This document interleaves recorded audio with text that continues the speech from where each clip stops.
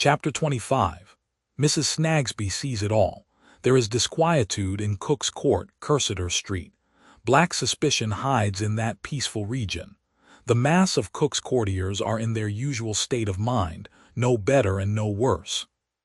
But Mr. Snagsby is changed, and his little woman knows it.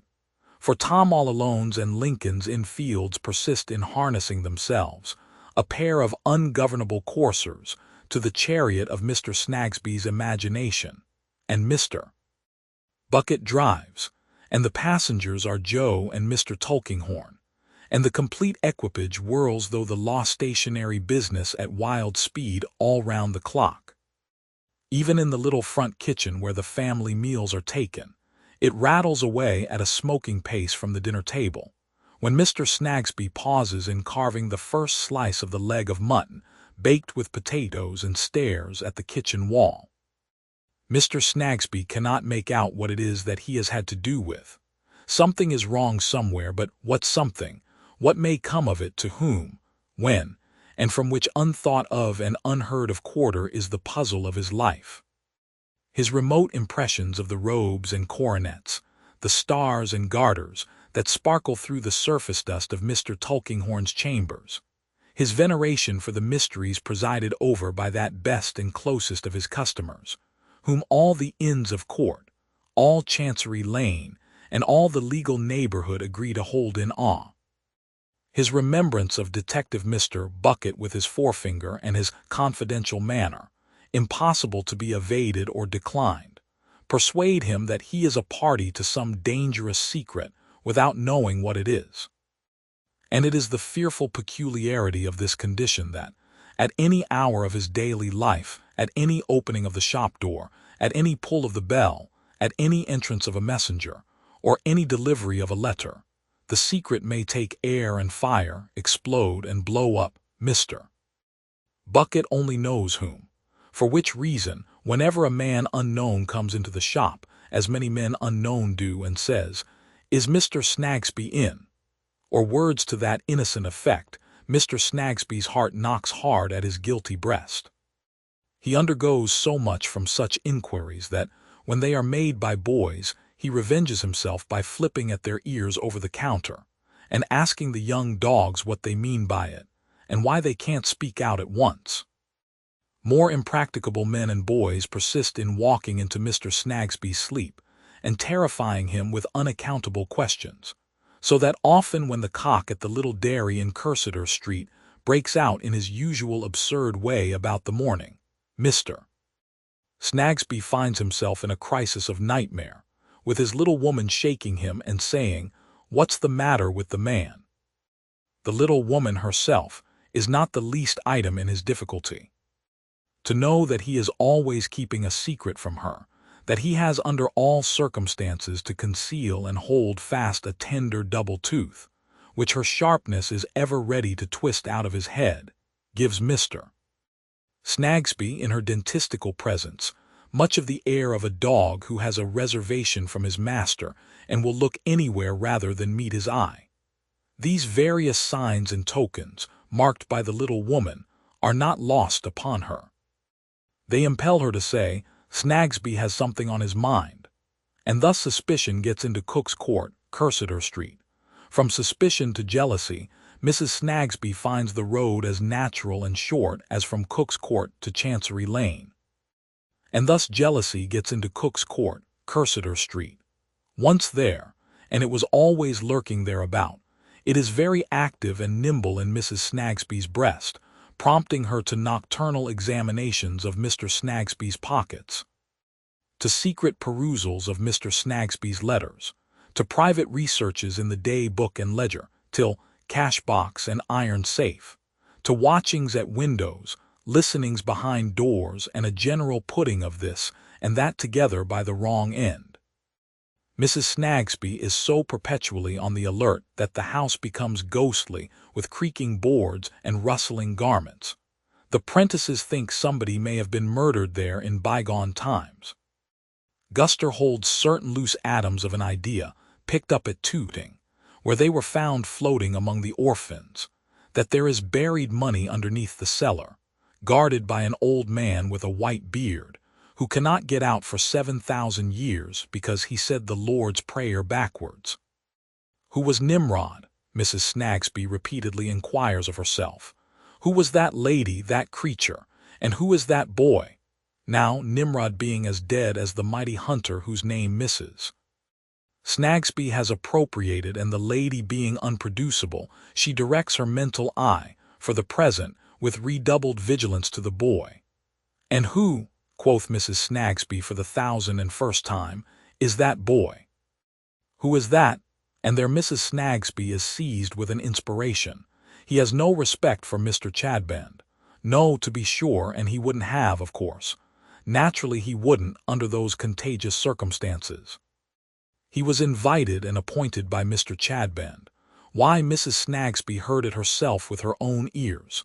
To come back and be told where he was to go, to be addressed by Mr. Chadband. And he never came.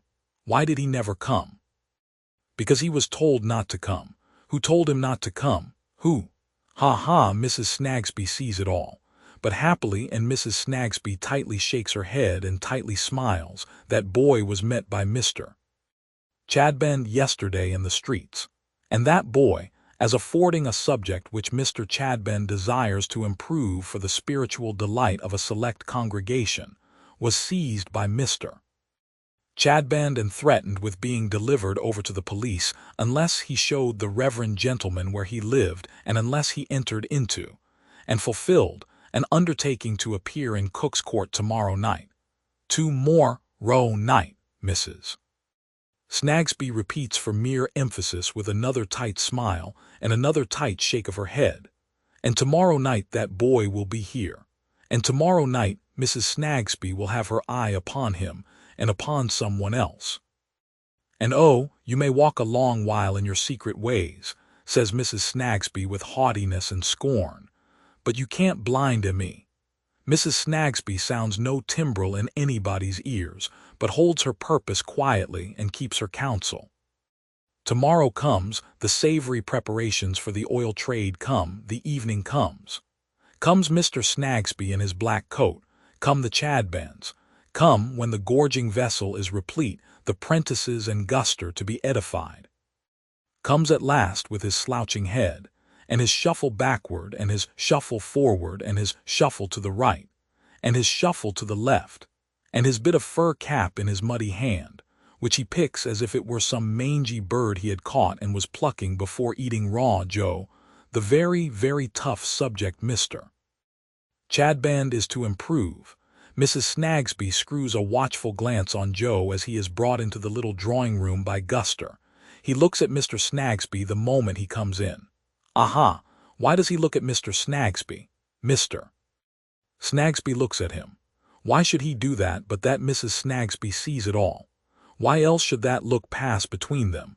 Why else should Mr. Snagsby be confused and cough a signal cough behind his hand? It is as clear as crystal that Mr. Snagsby is that boy's father. Peace, my friends, says Chadband, rising and wiping the oily exudations from his reverend visage. Peace be with us. My friends, why with us? Because, with his fat smile, it cannot be against us because it must be for us. Because it is not hardening, because it is softening. Because it does not make war like the hawk, but comes home unto us like the dove. Therefore, my friends, peace be with us. My human boy, come forward.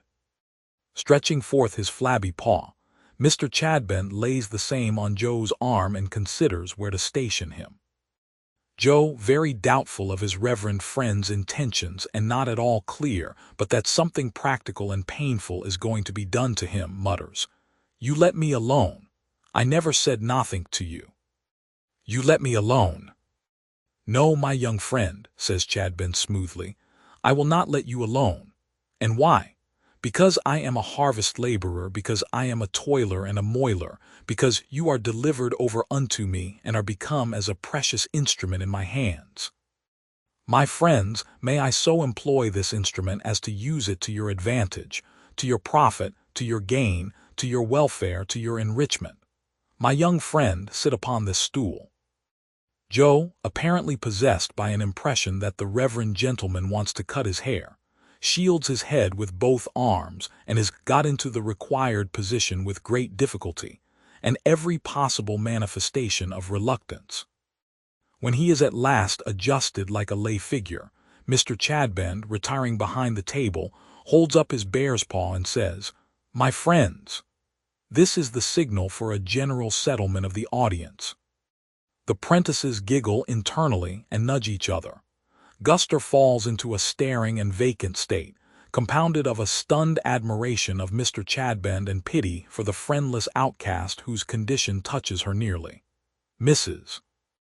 Snagsby silently lays trains of gunpowder. Mrs. Chadband composes herself grimly by the fire and warms her knees, finding that sensation favorable to the reception of eloquence. It happens that Mr.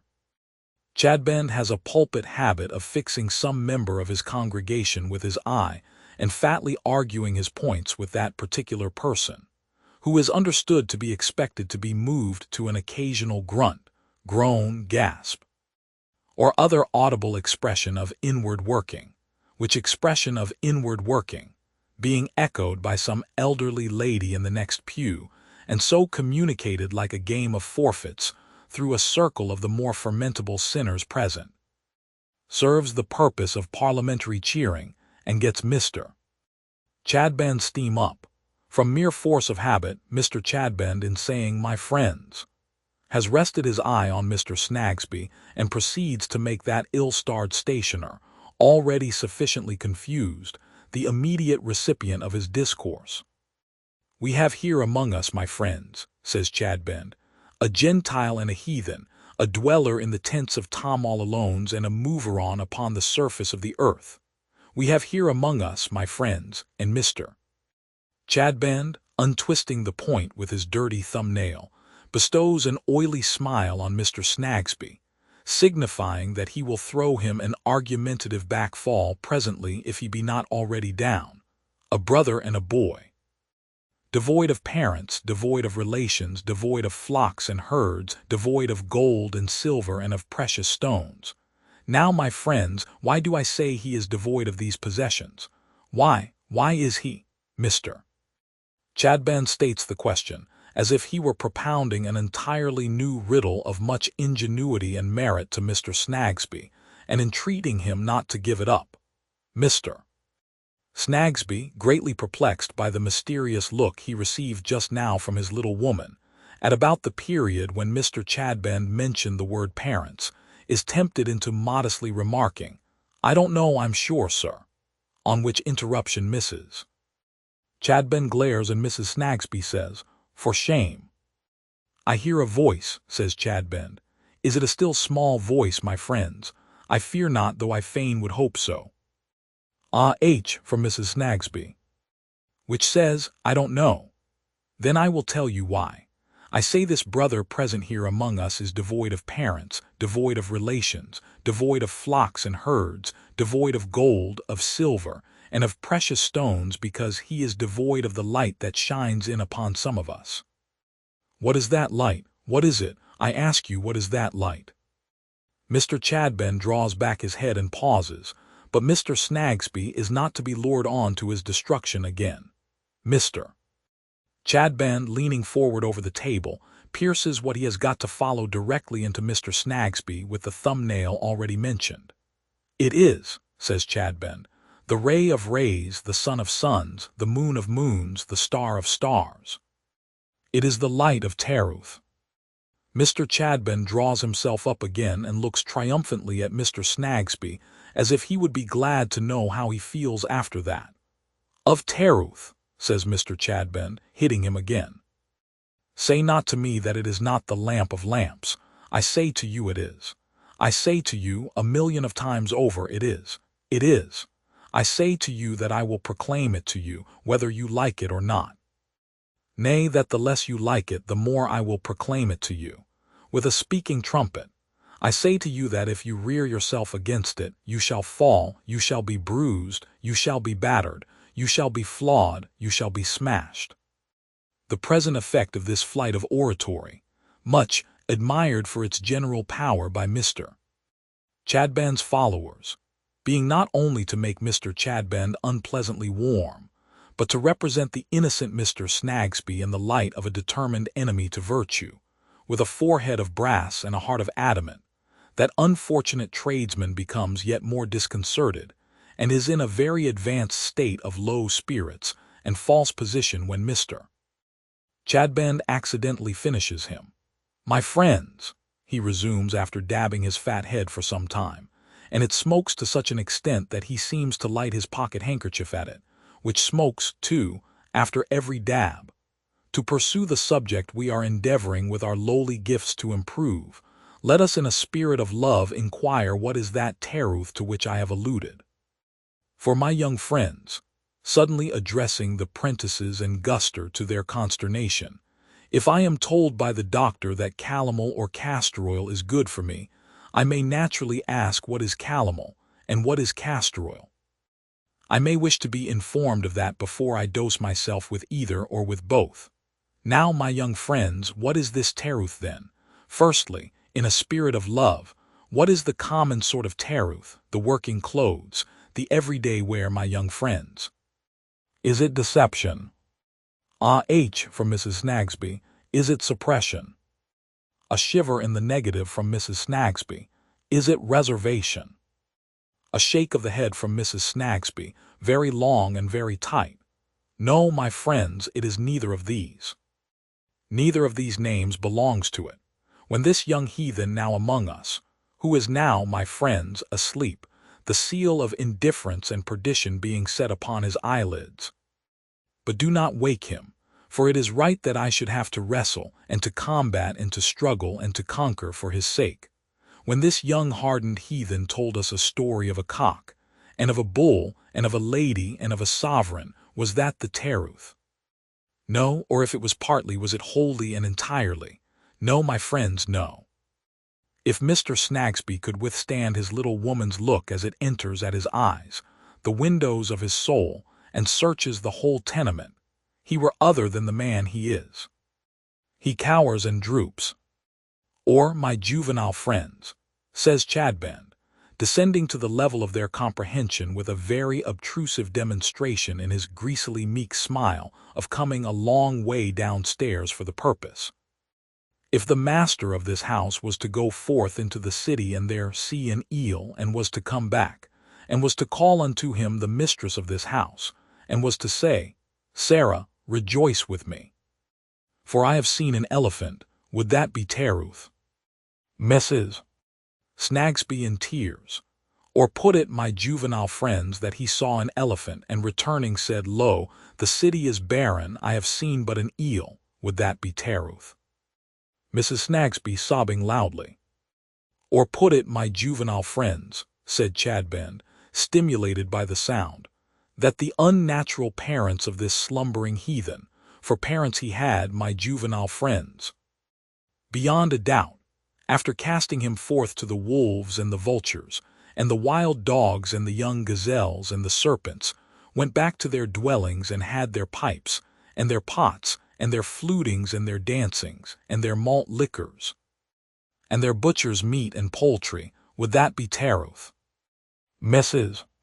Snagsby replies by delivering herself a prey to spasms, not an unresisting prey, but a crying and a tearing one, so that Cook's Court re-echoes with her shrieks.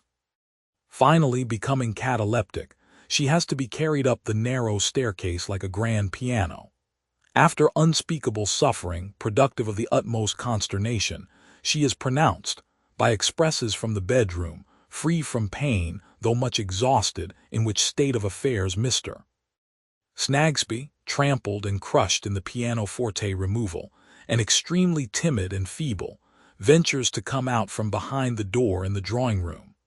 All this time Joe has been standing on the spot where he woke up, ever picking his cap and putting bits of fur in his mouth. He spits them out with a remorseful air, for he feels that it is in his nature to be an unimprovable reprobate, and that it's no good his trying to keep awake, for he won't never know nothink.